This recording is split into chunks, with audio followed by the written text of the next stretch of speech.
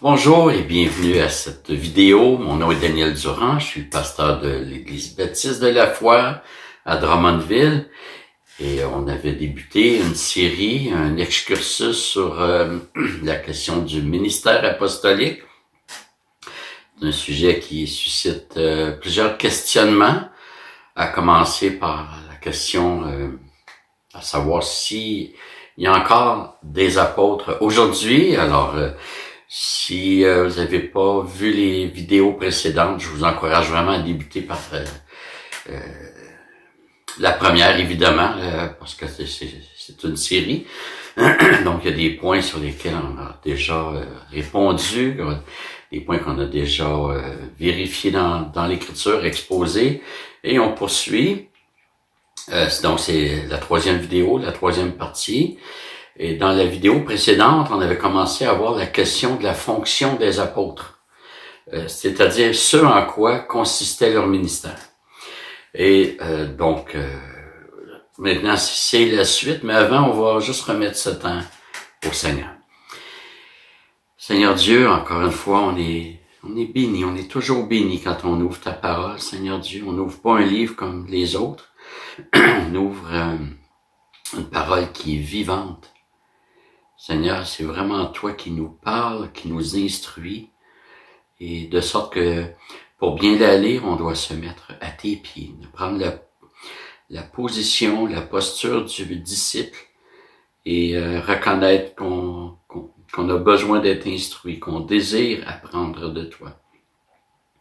Seigneur, que tu puisses disposer nos cœurs, nos pensées, notre intelligence, pour qu'on puisse bien recevoir ce que l'Écriture dit. Amen. Donc, la dernière fois, on avait vu que les apôtres avaient comme donc une de leurs fonctions, c'était d'établir le fondement pour l'Église.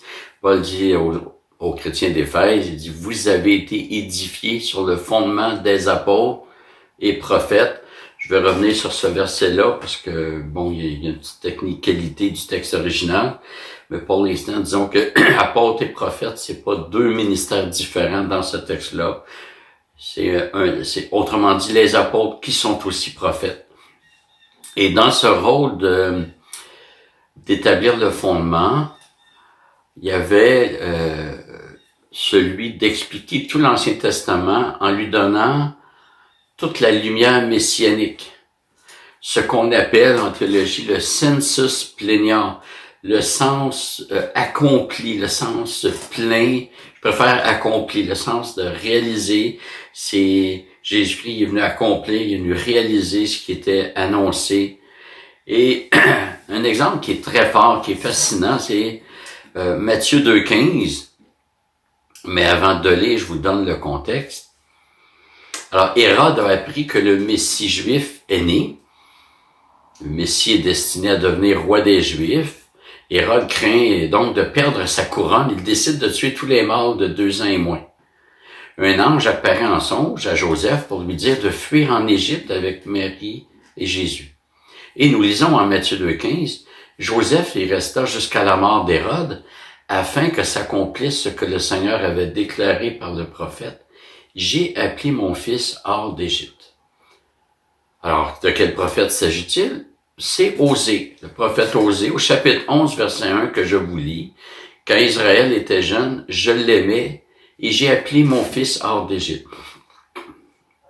Et je vous invite vraiment à lire Osée 11. Vous allez voir que Osée, dans ce chapitre-là, reprend l'histoire de la nation juive pour montrer sa désobéissance chronique. Et donc Dieu l'a appelé hors d'Égypte, mais Israël s'est maintenu dans une désobéissance chronique. Au lieu de dire on a été délivré, on va glorifier Dieu, on va l'honorer, le servir, on va être fidèle à l'alliance, obéir à la loi. Israël s'est révolté. Toute la génération qui est sortie d'Égypte est morte au désert à cause de l'incrédulité, sauf Josué et Caleb. Et je vais ajouter aussi Moïse, même s'il est mort, il faisait pas partie de cette génération-là. au sens de celle qui a péri à cause de l'incrédulité.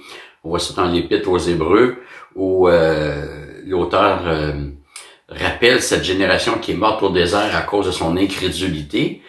Et le même auteur de l'Épître aux Hébreux dit que Moïse a été fidèle dans toute sa maison. Donc, il est mort au désert pour un péché, mais c'était pas l'incrédulité qui envoyait promener Dieu. Donc,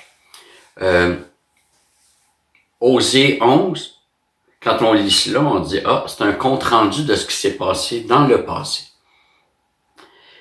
Un peu comme un historien le ferait. Mais voilà que Matthieu voit dans ses mêmes versets non seulement un compte-rendu qui appartenait au passé, d'Osée, mais aussi et surtout une prophétie dont l'accomplissement restait à venir.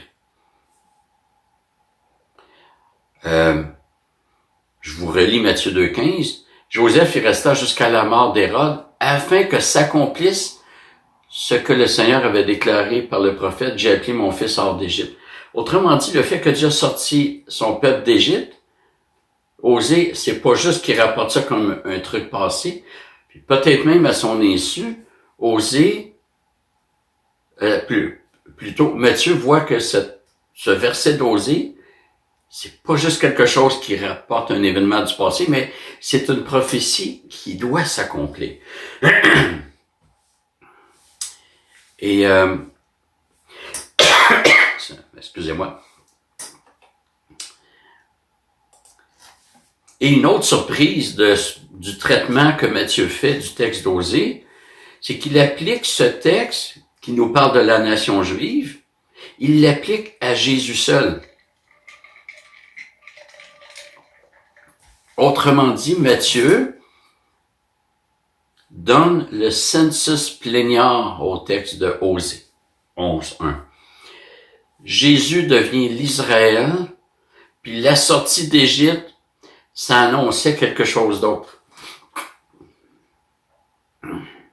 Et ça nous montre, et on voit ça chez les apôtres ont compris que Jésus a accompli toute la destinée d'Israël, tout le mandat confié à Israël. Israël a échoué, et donc Israël a échoué aux clauses de l'Alliance, et Jésus a réussi. Il a accompli ce qu'il fallait. Le deuxième exemple du sensus plenior se trouve en 2 Corinthiens 6.16, que je vous lis. Quel contrat d'alliance entre le temple de Dieu et les idoles, car nous sommes le temple du Dieu vivant, comme Dieu l'a dit. J'habiterai, je marcherai au milieu d'eux, et je serai leur Dieu, et ils seront mon peuple. Alors, ici, Paul enseigne que ce sont les chrétiens qui sont le temple du Dieu vivant. Et le segment clé pour notre étude est « comme Dieu l'a dit ». Ce mot traduit par « Dieu lui-même l'a dit ». Et ce qui suit nous permet d'aller plus loin. Qu'est-ce que Dieu avait dit? Bien, la suite du verset répond à cela. « J'habiterai et je marcherai au milieu d'eux. Je serai leur Dieu et ils seront mon peuple. » Et là, Paul cite en fait 2 textes que je vais vous lire. Exode 25, verset 8, « Ils me feront un sanctuaire et je demeurerai au milieu d'eux. » L'idée de sanctuaire, de temple, de maison, de demeure, c'est tout relié. Ils me feront un sanctuaire, je demeurerai au milieu d'eux. Et Paul va appliquer ça comme, il voit l'accomplissement dans le fait que nous sommes le temple du Dieu vivant. Temple, sanctuaire. Le deuxième texte, Lévitique 26, versets 11 et 12. J'établirai ma demeure au milieu de vous et mon âme n'aura pas d'aversion pour vous. Je marcherai au milieu de vous pour être votre Dieu et pour que vous soyez mon peuple. Ces 2 textes que Paul cite, en 2 Corinthiens 6.16, sont en lien avec le tabernacle, qu'on peut appeler la tente, qu'on peut appeler le temple aussi. En fait, le tabernacle, c'était une construction portative, adaptée à la vie nomade du peuple qui traversait. Le temple était démontable et remontable. Hein. On se demande si c'était pas fait chez Ikea. Et cette construction servait de lieu de culte au peuple juif durant la traversée du désert. Et c'est là que se faisaient les sacrifices et tout ce qui était relié là, au service sacerdotal. Et quand le peuple est arrivé en terre promise, le peuple a continué d'utiliser le tabernacle jusqu'au moment où Salomon fit construire le temple de Jérusalem.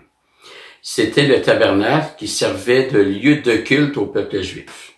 Alors, ça a quand même pris du temps parce que le peuple est entré en terre promise, il fallait conquérir, c'est-à-dire vaincre les nations païennes qui vivaient en Canaan. Il fallait les déposséder.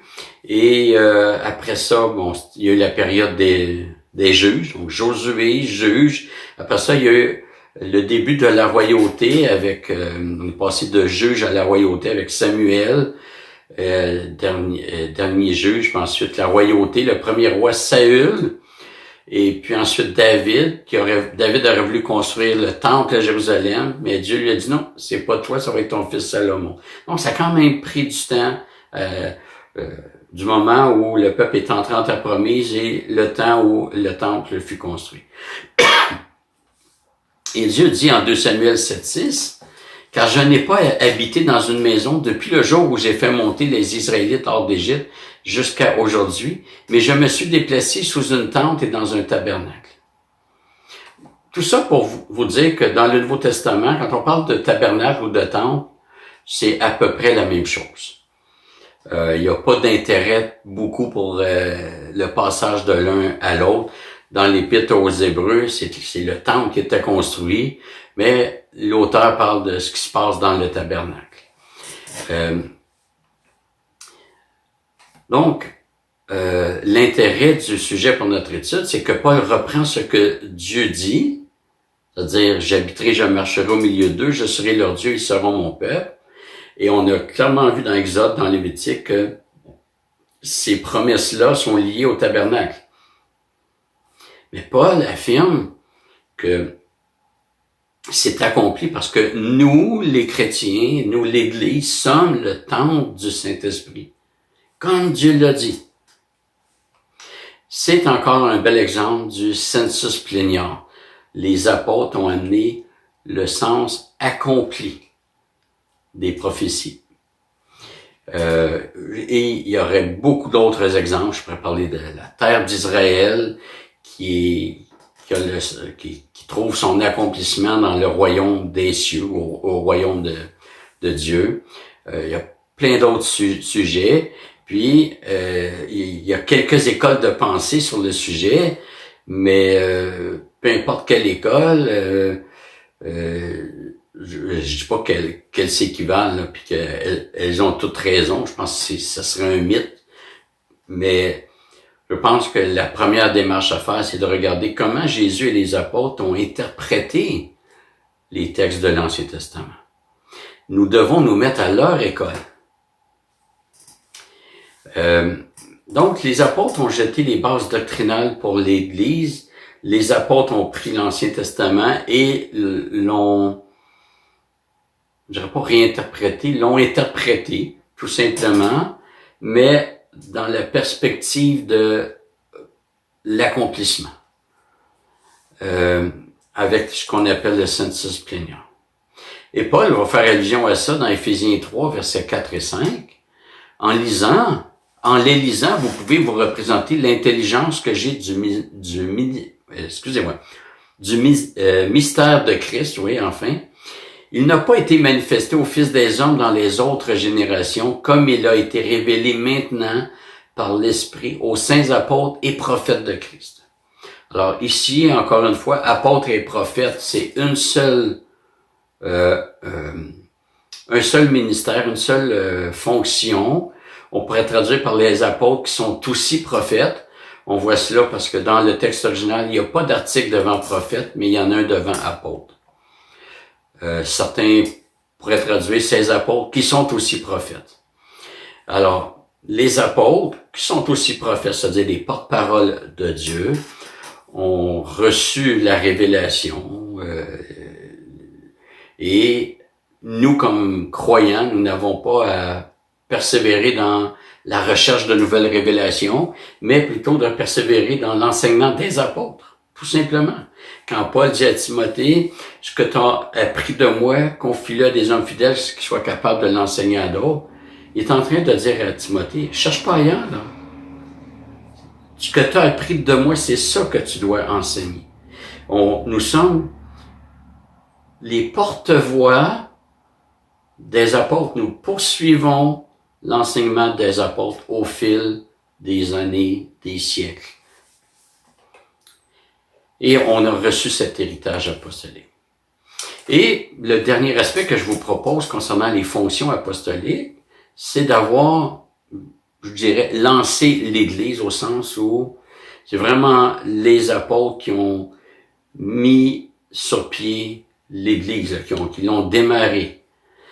C'est Jésus qui bâtit son Église, il le fait en sauvant du monde, mais il le fait aussi en appelant des personnes dans des ministères particuliers pour cela. Et les apôtres ont évangélisé l'Empire romain, à commencer par Jérusalem, la Judée, la Samarie et jusqu'aux extrémités de la terre. À l'époque, les extrémités de la terre, c'était vu comme l'Empire, le monde connu. Quand Paul écrit aux Romains, il leur dit « Votre foi est renommée dans le monde entier ». Je n'ai pas l'impression que les Amérindiens étaient au courant de la foi des Romains. Le monde entier, c'était le monde connu à l'époque. Et on voit que Paul a mandaté des personnes précises, c'est-à-dire Timothée et Tite en particulier. Ça ne veut pas dire que c'est les seuls, il y a eu d'autres collaborateurs, mais on voit que c'est les deux piliers là, à côté de Paul. À Timothée, Paul va donner les qualifications requises pour nommer des pasteurs, appelés aussi évêques anciens ou dirigeants. Et établir aussi des diacres. À Tite, Paul demande d'établir aussi des anciens dans chaque ville. La structure d'église locale consiste à des anciens, appelés aussi pasteurs, évêques et dirigeants, ainsi que des diacres.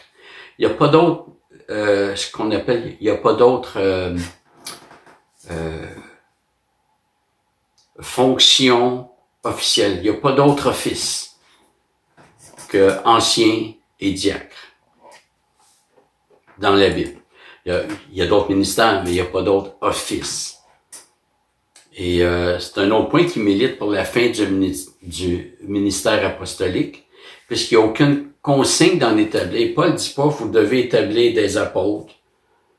Puis même les évangélistes, je rentre ça là-dedans. Je vois pas cela dans la Bible. Je vois qu'il faut établir des anciens et des diacres. Un autre point qui milite en faveur de la fin du ministère apostolique, c'est que les apôtres avaient une autorité sur l'ensemble des églises locales. Paul a pu dire, je pense c'est aux Corinthiens, je suis pas certain, et si je vais chez vous, je ne ménagerai personne. Comment Paul pouvait dire ça? Prendre l'autorité sur une église? Oui, il était apôtre. Aujourd'hui, une personne qui se dirait apôtre, moi je suis désolé, tu n'as pas d'autorité dans mon église. Là. Pour moi, la seule autorité, c'est l'Écriture, appliquée par le Saint-Esprit. Et oui, il utilise les anciens qui ont une autorité, mais ils ont l'autorité d'appliquer. Un peu comme un juge ne décide pas des lois. Il doit s'assurer qu'elles soient appliquées. C'est ça. Et je vous avais dit aussi que nous parlerons de la situation de Paul. Paul n'était pas un des 12 apôtres. D'ailleurs, il s'est battu avec ça, dans le sens qu'il y a eu des confrontations sur cela. Il n'a pas suivi Jésus pendant les 3 années de ministère terrestre. Et en fait, la première fois qu'on entend parler de Paul, c'est en Acte 7. Et on le retrouve sous son nom juif, Saul, à ne pas confondre avec le roi Saül, dans l'Ancien Testament. Et la première mention de Saul, en Acte 7, c'est durant la lapidation d'Étienne. Saul est un pharisien et il avait approuvé le meurtre d'Étienne. Et ce que je vous propose, c'est qu'on reprenne les qualifications requises pour être apôtre, qu'on avait vu lors de la première vidéo, mais cette fois, d'examiner si c'est applicable à Paul. Est-ce que Paul remplit ces conditions-là? La première qualification, c'est qu'il fallait avoir été choisi directement par Jésus-Christ. On avait vu cela avec le choix de Matthieu en Acte 1 qui a remplacé Judas. Et dans le cas de Paul, il a été désigné directement par Jésus et non par un processus d'église. Galates 1, versets 11 et 12, « Je vous déclare, frères, que l'évangile qui a été annoncé par moi n'est pas de l'homme, car moi-même je ne l'ai ni reçu ni appris d'un homme, mais par une révélation de Jésus-Christ. » Ces versets nous informent que Paul a reçu l'évangile du Seigneur directement. Et pour son appel, nous lirons en Acte 26, alors que Paul raconte sa conversion, et en particulier l'apparition de Jésus. Je vous lis les versets 16 à 18, où Jésus avait dit à Paul, « Mais lève-toi et tiens-toi sur tes pieds, car voici pourquoi je te suis apparu. Je te destine à être serviteur et témoin des choses que tu as vues de moi et de celles pour lesquelles je t'apparaîtrai. Je t'ai pris du milieu de ce peuple et des païens, vers qui je t'envoie pour leur ouvrir les yeux, afin qu'ils se tournent des ténèbres vers la lumière et du pouvoir de Satan vers Dieu, et qu'ils reçoivent le pardon des péchés et un héritage avec ceux qui sont sanctifiés par la foi en moi. » Donc, Paul a reçu l'évangile directement de Jésus. Il a reçu son appel, sa vocation directement de Jésus. La deuxième qualification, donc Paul répond à ce critère d'avoir été choisi par Jésus-Christ lui-même. La deuxième qualification qu'on avait vue, c'était qu'il fallait avoir été témoin de la résurrection du Christ. Et on s'est spécifié quand on avait regardé dans Acte 1, pour remplacer Judas, il y avait deux candidats qui répondaient aux critères. Mais le critère était qu'il fallait avoir vu Jésus-Christ ressuscité. Et Paul va justement plaider qu'il rencontre ce critère. 1 Corinthiens 9.1, il dit, « Ne suis-je pas libre? Ne suis-je pas apôtre? N'ai-je pas vu Jésus notre Seigneur? » Et 1 Corinthiens 15, versets 7 à 9, ensuite, Jésus a été vu par Jean, puis par tous les apôtres. Après eux tous, il s'est fait voir à moi comme à l'avorton, car je suis moi le moindre des apôtres. Je ne mérite pas d'être appelé apôtre parce que j'ai persécuté l'Église de Dieu. Paul affirme ici aussi que Jésus lui est apparu, et encore une fois, il le dit en lien avec les autres apôtres. Il s'est fait voir aux autres apôtres, et après ça, il s'est fait voir à moi. Comme à l'avorton, car il est le moindre des apôtres. Mais en disant qu'il est le moindre des apôtres, il s'inclut dans le cercle apostolique. Donc, Paul remplit ce deuxième critère pour être apôtre, celui d'avoir été témoin de la résurrection de Jésus-Christ. Et on va s'attarder un peu sur ce texte parce qu'il est très intéressant pour des raisons plus particulières sur notre sujet. Paul se compare à un avorton. Alors, on se demande pourquoi est-ce qu'il se compare à un avorton. Henri Blocher, puis il y a d'autres théologiens qui le suivent, ou du moins qui sont d'accord avec lui, propose d'y voir le fait que Paul n'a pas bénéficié des 3 années de formation, on pourrait dire de gestation avec Jésus. Donc, il se présente comme un avorton. Mais le plus intéressant pour notre sujet, c'est le début du verset 8, que certains traduisent par « après eux tous ». En fait, littéralement, c'est « en dernier de tous ». Et je vous lis ce qu'en dit le commentaire Bible Speaks Today. La phrase la plus significative de ce récit des faits évangéliques se trouve peut-être au verset 8. En tout dernier lieu, il m'est apparu aussi. Par cette terminologie, Paul dit au moins 2 choses. Premièrement, sa propre rencontre avec Jésus ressuscité après l'ascension est d'égale validité et de nature identique aux autres apôtres qu'il vient de mentionner. Autrement dit, cette apparition le qualifie pour être apôtre, au même niveau que les autres apôtres. Deuxièmement, une fois que Jésus ressuscité est apparu à Paul, il n'y a plus eu d'autres apparitions de cette nature. Quand Paul dit « en dernier de tous », en fait, dans le texte original, le dernier est au superlatif. On pourrait pratiquement dire le dernier des derniers. Donc, il n'y a pas eu personne d'autre à qui Jésus est apparu par la suite. Je sais qu'on entend des témoignages de « moi j'ai vu Jésus », etc. Personnellement, je n'y crois pas en raison de ce que Paul dit. Je veux pas juger, je veux pas prêter de mauvaises intentions à ceux qui disent ça, c'est pas mon but, c'est pas mon rôle. Mais je peux pas recevoir ce témoignage-là. Il contredit, à mon avis, ce que Paul affirme. Alors, Dieu voulant, la prochaine fois, on va continuer sur la question, le troisième critère pour Paul. Et on va, j'espère qu'on va réussir à terminer ce sujet pour revenir dans l'Épître aux Romains. On va regarder la prochaine fois ceux qui sont appelés apôtres, mais dans un sens différent. Alors, Dieu voulant, ça sera pour la prochaine vidéo. Alors, on va prier avant de se laisser. Seigneur Dieu, merci encore une fois pour ta parole. Merci pour les réponses qu'elle fournit quand on l'étudie, Seigneur Dieu, quand on veut tenir compte de l'ensemble des données, on voit qu'il y a quelque chose de cohérent, Seigneur Dieu, et on est reconnaissant pour cela. Merci pour ton Saint-Esprit qui nous dirige dans ces études. Et Seigneur, ma prière, c'est que tu puisses nous donner d'appliquer ce qu'on apprend. Par exemple, on a vu que le canon biblique est terminé, on n'a pas à chercher de nouvelles révélations, mais on doit persévérer dans l'enseignement des apôtres. On a là, Seigneur, une belle application. Que tu nous donnes de persévérer dans tes enseignements et de ne pas rechercher autre chose que tes enseignements. Seigneur, je veux aussi te prier pour une sœur